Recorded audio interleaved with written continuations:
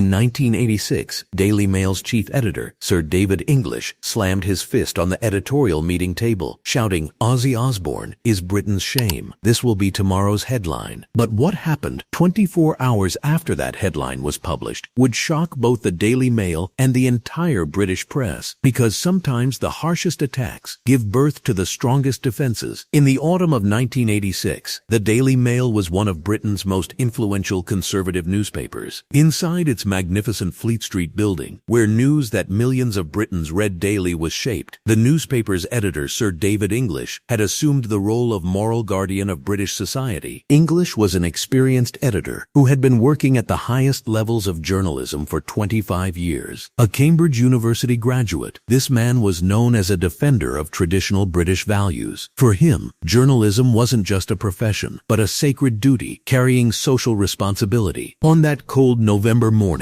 English had arrived at his office early as always. Among the newspapers, reports, and various news materials piled on his desk, a photograph caught his attention. This image from Ozzy Osbourne's latest concert in America showed the wildest moments of his stage performance. "What does this mean?" asked English, holding the photograph while addressing his assistant Margaret. Margaret Thompson was an experienced editorial assistant who had worked at the newspaper for 15 years and was one of the people English trusted. "Sir, these are the reports coming in about his tour in America. Information about the incidents at Ozzy Osbourne's concerts continues to arrive," said Margaret while placing other documents on the desk. English began examining the photographs more carefully. Each one showed different moments from Ozzy's stage performance, sometimes exaggerated movements, sometimes controversial costumes, sometimes interactions with the audience. However, in English's eyes, these weren't just musical performances, but signs of the decay of British culture. "Margaret," said English, putting the photographs down on the desk, "they think this man represents Britain. He goes out into the world and says, 'I'm British.' Is this acceptable?" Margaret hesitated slightly, because privately, she had a daughter who listened to Ozzy's music, and the arguments she had at home about this had caused her to see different perspectives. However, sharing these thoughts at work wouldn't be very wise. "Sir, he's certainly a controversial figure," said Margaret diplomatically. "However, it's also true that he's quite successful in the music industry." English's face darkened. Success? What success are you talking about, Margaret? Going on stage and acting crazy, wearing strange costumes, and badly influencing young people. Is that success? This question put Margaret in a difficult position. English's attitude had already become clear, and opposing him would be risky for job security. "Of course, sir, what you're saying is correct," she said, backing down. At 3 p.m., Daily Mail's weekly editorial meeting was held. These meetings were critical gatherings where the newspaper's publication policies were determined, important decisions were made, and the main topics for the following week were shaped. The journalism department's most experienced names gathered in the meeting room: sports editor James Richardson, culture and arts editor Patricia Williams, political editor Michael Crawford, and other department heads took their seats. English had brought Ozzy's photographs and reports from America to the meeting. These materials, which he placed in the center of the table, would form the main agenda of the meeting. "Colleagues," began English, the seriousness in his voice immediately making everyone attentive. "Today we will discuss an issue that seriously damages Britain's international image." Patricia Williams, as culture and arts editor, closely followed Ozzy's music career. "Sir David, if you're talking about Ozzy Osbourne, I'd like to point out that his achievements in the music industry are quite noteworthy," she said in a cautious but determined voice. English's eyes flashed. "Patricia, are you defending this man too? Look what he's doing in America." He began spreading the photographs one by one on the table. "Is this the culture Britain presents to the world? Are these the behaviors that will be examples for our youth?" Michael Crawford, as political editor, brought a different perspective. "Sir David, we also need to measure the public's pulse. Ozzy Osbourne has a significant fan base in Britain. Making a very harsh publication on this topic might draw reader backlash." "Reader backlash?" English's voice rose. "Michael, our duty isn't to write what the public wants, but to write what's right. As the Daily Mail, we've been defending British values for 100 years and will continue to defend them." James Richardson, as sports editor, usually didn't participate in such debates, but this time he decided to speak. "Sir David, Ozzy's international success contributes to Britain's soft power. His achievements in music exports also have an economic dimension." Economic dimension. English struck his fist on the table. "Should we sell Britain's centuries-old prestige prestige, moral values, and traditions for a few pounds? This is unacceptable. Tension was rising in the meeting room. English's determination was clearly visible, and no one dared to oppose this determination. "Tomorrow's main headline is decided," said English categorically. "Ozzy Osbourne is Britain's shame, and we will announce this to the entire country. This topic is closed for discussion." The room fell silent. Everyone understood that there was no point in continuing the debate. English had made his decision, and as editor-in-chief, he had the final word on the newspaper's publication policy. Patricia Williams made one last attempt. "Sir David, perhaps we should consider the potential consequences of such a harsh headline." "Consequences?" English looked at her coldly. "Patricia, the consequence of doing nothing would be much worse. We're talking about Britain's moral fabric here. Sometimes taking a stand requires courage." The next morning, November 18th, 1986, Daily Mail hit the streets with one of the most controversial headlines in its history. In large, bold letters across the front page, read, "Ozzy Osbourne, Britain's shame, why this man disgraces our nation worldwide." The article, written under English's direct supervision, was a scathing attack on everything Ozzy represented. It criticized his stage performances, his lifestyle, his influence on British youth, and his representation of the country abroad. The piece was accompanied by the most provocative photographs from his American tour. "This man," the article read, "parades across international stages, claiming to represent British culture. His antics, his behavior, and his complete disregard for decency make him an embarrassment to everything Britain stands for. It's time we said enough." The editorial continued for 3 full pages, systematically dismantling Ozzy's career and questioning why British society tolerated such behavior from its cultural representatives. It called for boycotts of his music and criticized other media outlets for giving him positive coverage. English was satisfied with the result. Standing in the newsroom as the first copies came off the printing press, he felt he had struck a blow for traditional British values. "This will send a clear message," he told his senior staff. "Britain won't tolerate such behavior from its supposed cultural ambassadors." Margaret, who had watched the entire process unfold, felt a growing sense of unease. Something about the tone and approach seemed wrong to her, but she couldn't quite articulate what it was. The harshness of the attack seemed disproportionate, even for someone as controversial as Ozzy. Within hours of the newspaper hitting the streets, the Daily Mail's phone lines were overwhelmed. The initial calls seemed to support English's position. Angry parents and conservative readers expressing gratitude for the newspaper's brave stand against what they saw as cultural decay. "Finally, someone has the courage to say what we're all thinking," said one caller. "This Osbourne character is a disgrace, and it's about time someone called him out." English felt vindicated. The early response suggested that the British public supported the newspaper's position. He spent the morning taking congratulatory calls from conservative politicians and community leaders who praised the editorial's boldness. However, by afternoon, the tone of the calls began to change dramatically. Young people started calling to express their outrage at the attack on their musical hero. Parents called to defend their children's right to listen to whatever music they chose. Musicians and industry figures began criticizing the newspaper's narrow-minded approach. "You have no right to tell us what music we can enjoy," said one angry young caller. "Ozzy's music has helped me through difficult times. Who are you to judge something you don't understand?" The volume of calls became so overwhelming that the newspaper had to assign additional staff just to handle the phones. Margaret, who was monitoring the response, noticed that the criticism was far more articulate and passionate than the support. By evening, something unprecedented began happening outside the Daily Mail building. Small groups of Ozzy fans started gathering, holding signs and chanting protests against the newspaper's coverage. What started as a few dozen people gradually grew throughout the night. "Shame on Daily Mail," they chanted. "Music is not your enemy." English, watching from his office window, felt his first stirring of concern. This wasn't the response he had expected. The protest was peaceful but determined, and the crowd was growing rather than dispersing. The following morning brought developments that no one at Daily Mail had anticipated. The first shock came when other British newspapers began criticizing Daily Mail's attack on Ozzy. The Guardian ran an editorial titled "The Narrow Mind of Fleet Street," while The Independent published a piece called "When Newspapers Become Moral Police." More damaging still was the response from unexpected quarters. Several conservative MPs, who normally aligned with Daily Mail's editorial position, publicly distanced themselves from the attack. They pointed out that Ozzy's success brought valuable foreign currency to Britain and enhanced the country's cultural exports. While we may not personally enjoy Mr. Osbourne's music, said MP Geoffrey Howe in a statement, we cannot deny that his international success reflects positively on British creativity and entrepreneurship. But the most devastating blow came when Buckingham Palace issued a rare statement regarding a cultural controversy. The palace noted that Britain's strength has always come from its diversity of creative expression, and that different forms of artistic achievement contribute to the nation's cultural richness. While not mentioning Ozzy by name, the statement was widely interpreted as a rebuke to Daily Mail's narrow cultural view. The fact that the palace felt compelled to comment at all indicated how significant the controversy had become. English found himself in the unfamiliar position of being criticized by the very establishment he thought he was defending. The morning editorial meeting was a somber affair, with none of the triumphant mood that had characterized the previous day. Sir David, said Patricia Williams carefully, perhaps we should consider some form of response to address the criticism. Response. English's voice was strained. We published what we believed was right. We stand by our editorial position. But privately, English was beginning to realize that he had miscalculated badly. The assumption that the British public would uniformly support an attack on Ozzy had proven completely wrong. Instead, the newspaper was being painted as out of touch and authoritarian. As the week progressed, the situation continued to deteriorate for Daily Mail. Letters to the editor arrived by the thousands, with the vast majority criticizing the newspaper's position. The criticism wasn't just from young people or music fans. It came from teachers, business leaders, clergy members, and other respected members of society. One letter from a Birmingham headmaster particularly stung. I may not approve of all aspects of Mr. Osbourne's performances, but I cannot deny that his success story, rising from a working-class background to international stardom, represents the best of British achievement. Your attack seems to miss this entirely. The economic arguments began to mount as well. Music industry figures released statistics showing that Ozzy's tours brought millions of pounds in revenue to Britain through merchandise sales, concert tickets, and tourism. The idea that he was somehow damaging Britain's reputation was contradicted by evidence of his positive economic impact. More celebrities began speaking out in Ozzy's defense, not necessarily because they loved his music, but because they saw the Daily Mail's attack as part of a broader assault on creative freedom. Musicians like Paul McCartney and Elton John made statements supporting the right of artists to express themselves without newspaper censorship. The protest outside Daily Mail's building had grown into a semi-permanent fixture, with fans taking shifts to maintain a constant presence. They weren't violent or disruptive, but their persistence was beginning to draw media attention from around the world. International newspapers began picking up the story, often portraying Daily Mail as representative of British narrow-mindedness. This was particularly galling for English, who had intended to defend Britain's reputation, but was instead seeing it damaged by his own actions. The crisis reached its peak when several major advertisers began expressing concerns about their association with Daily Mail. Companies that relied on young consumers were particularly sensitive to being connected with what was increasingly seen as an out-of-touch attack on popular culture. We cannot continue to advertise in a publication that alienates our core demographic, said the marketing director of a major clothing retailer. The response to your Ozzy editorial has been overwhelmingly negative among our customers. This hit Daily Mail where it hurt most, in its revenue stream. Newspapers depend on advertising income, and the threat of an advertiser boycott was something no publication could ignore. English found himself being called into meetings with the newspaper's business managers, who were increasingly concerned about the financial implications of the controversy. The final straw came when Ozzy himself issued a statement through his representatives. Rather than responding with anger or counterattacks, the statement was dignified and thoughtful, making Daily Mail's harsh criticism seem even more disproportionate by comparison. I've always been proud to be British, Ozzy's statement read. My music comes from my working-class background in Birmingham, and I've tried to stay true to those roots throughout my career. If my success brings positive attention to British music and creativity, then I'm honored to play that role. I respect that not everyone will appreciate my artistic choices, but I hope we can agree that Britain is strong enough to embrace different forms of creative expression. The contrast between this measured response and Daily Mail's inflammatory attack was stark. Ozzy came across as reasonable and patriotic, while the newspaper seemed petty and vindictive. Public opinion, which had been shifting against Daily Mail throughout the week, crystallized definitively in Ozzy's favor. Faced with mounting pressure from all sides, readers, advertisers, other media outlets, and even politicians, English was forced to consider a response that would have been unthinkable just days earlier: backing down. The decision to retreat wasn't made easily. English had spent his entire career building a reputation for standing firm on editorial principles, and admitting error went against every instinct he had as a journalist. But the alternative, on continuing to defend an increasingly indefensible position, threatened to damage Daily Mail's credibility permanently. The editorial, published 1 week after the original attack, was a masterpiece of diplomatic language designed to save face while essentially apologizing. Titled "Reconsidering Cultural Diversity," it acknowledged that Britain's strength came from embracing different forms of creative achievement, and that successful British artists, regardless of their personal style, contribute to our nation's cultural prestige. While it never explicitly apologized to Ozzy or admitted that the original editorial was wrong, the piece represented a complete reversal of Daily Mail's position. It praised the passion and loyalty of Ozzy's fans and acknowledged that musical preferences are matters of personal taste rather than moral judgment. The retreat was widely recognized for what it was: a humiliating climb down from a newspaper that had overreached badly. Other media outlets were quick to point out the contradiction between Daily Mail's original harsh stance and its subsequent moderation. When a newspaper that claims to speak for British values finds itself isolated from British public opinion, wrote The Times, perhaps it's time to question whose values it actually represents. The Ozzy Osbourne controversy marked a turning point for Daily Mail and for British media more generally. It demonstrated that the old model of newspapers setting cultural standards and expecting public compliance was no longer viable in an increasingly diverse and democratic society. English never fully recovered from the episode. While he remained editor for several more years, his authority was diminished and he became more cautious about launching cultural crusades. The incident was frequently cited by his critics as evidence of his disconnection from contemporary British society. For Ozzy, the controversy had the opposite effect of what Daily Mail intended. Rather than damaging his reputation, the newspaper's attack and the subsequent public support actually enhanced his standing as a British cultural figure. He was increasingly seen not just as a successful musician, but as someone who had been unfairly targeted by an out-of-touch establishment. The broader lesson was about the changing nature of cultural authority in Britain. The days when a few newspaper editors could decide what constituted acceptable cultural expression were clearly ending. Public taste and democratic choice were becoming more important than elite opinion in determining cultural values. Margaret Thompson, English's assistant, who had watched the entire episode unfold, reflected on what she had learned. "I think we forgot that culture isn't something that gets decided in editorial meetings. It emerges from the people, and trying to impose judgment from above usually backfires." Years later, the Daily Mail's attack on Ozzy Osbourne was studied in journalism schools as an example of how newspapers could misread public sentiment and damage their own credibility through overreach. The episode became a cautionary tale about the importance of understanding your audience before launching controversial editorial campaigns. English, in rare moments of candor after his retirement, acknowledged that the Ozzy editorial was one of his greatest professional mistakes. "I thought I was defending British values," he said in a 1995 interview, "but I failed to understand that those values included tolerance and respect for different forms of achievement." The controversy also highlighted the growing influence of popular culture in British society and the decreasing influence of traditional gatekeepers in determining cultural standards. The British public's rejection of Daily Mail's position signaled a more democratic approach to cultural judgment. Perhaps most significantly, the episode demonstrated how attempts to shame and marginalize controversial cultural figures could backfire spectacularly. Rather than damaging Ozzy's reputation, the attack had enhanced it by making him appear to be the victim of unfair treatment by an authoritarian media establishment. The Daily Mail's 1986 attack on Ozzy Osbourne stands as one of the most spectacular editorial backfires in British newspaper history. What was intended as a defense of traditional British values instead became an example of how out of touch the establishment media had become with popular opinion. Sir David English's confident declaration that Ozzy Osbourne is Britain's shame proved to be profoundly wrong. The British public's response demonstrated that they were perfectly capable of making their own cultural judgments without newspaper guidance. The diversity of British creative achievement, rather than being a source of shame, was in increasingly seen as a source of strength. The episode marked the end of an era when newspaper editors could function as cultural arbiters, deciding what forms of artistic expression were acceptable and which ones needed to be condemned. In the new media landscape that was emerging, such authority had to be earned through understanding and empathy, rather than imposed through moral pronouncements. Most ironically, Daily Mail's attempt to protect Britain's international reputation actually damaged it, as foreign observers saw the attack as evidence of British cultural narrow-mindedness. Meanwhile, Ozzy's dignified response to the criticism enhanced both his own reputation and Britain's image as a country capable of producing diverse and successful cultural figures. The headline that was supposed to shame Ozzy Osbourne instead shamed its author, creating a lasting lesson about the dangers of cultural crusading in an increasingly democratic and diverse society. Sometimes the most powerful response to harsh criticism is simply to prove the critics wrong through grace, success, and the support of the people who matter most.